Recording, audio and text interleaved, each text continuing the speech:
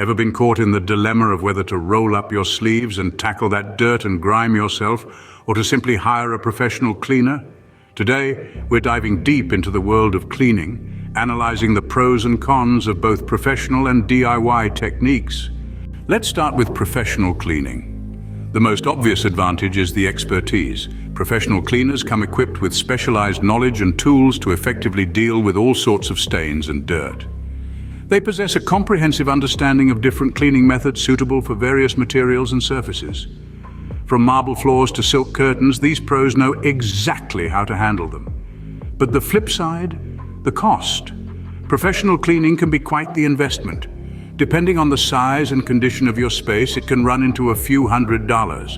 And let's not forget the potential inconvenience of scheduling and allowing strangers into private spaces.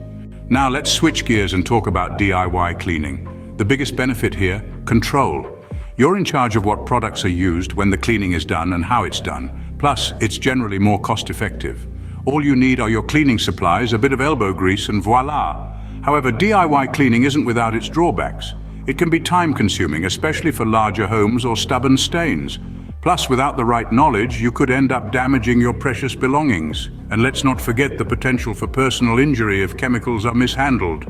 To sum up, both professional and DIY cleaning have their merits and drawbacks.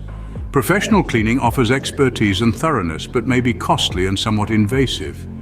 On the other hand, DIY cleaning provides control and cost-effectiveness, but can be time-consuming and potentially risky. The choice between the two often boils down to personal preference, time availability, and budget. If you value expert knowledge and thoroughness and don't mind the cost, professional cleaning might be for you. If you prefer control, have time on your hands, and are looking to save some money, DIY could be the way to go. Ultimately, keep in mind that a clean and well-maintained home not only looks good, but also contributes to a healthier and happier living environment.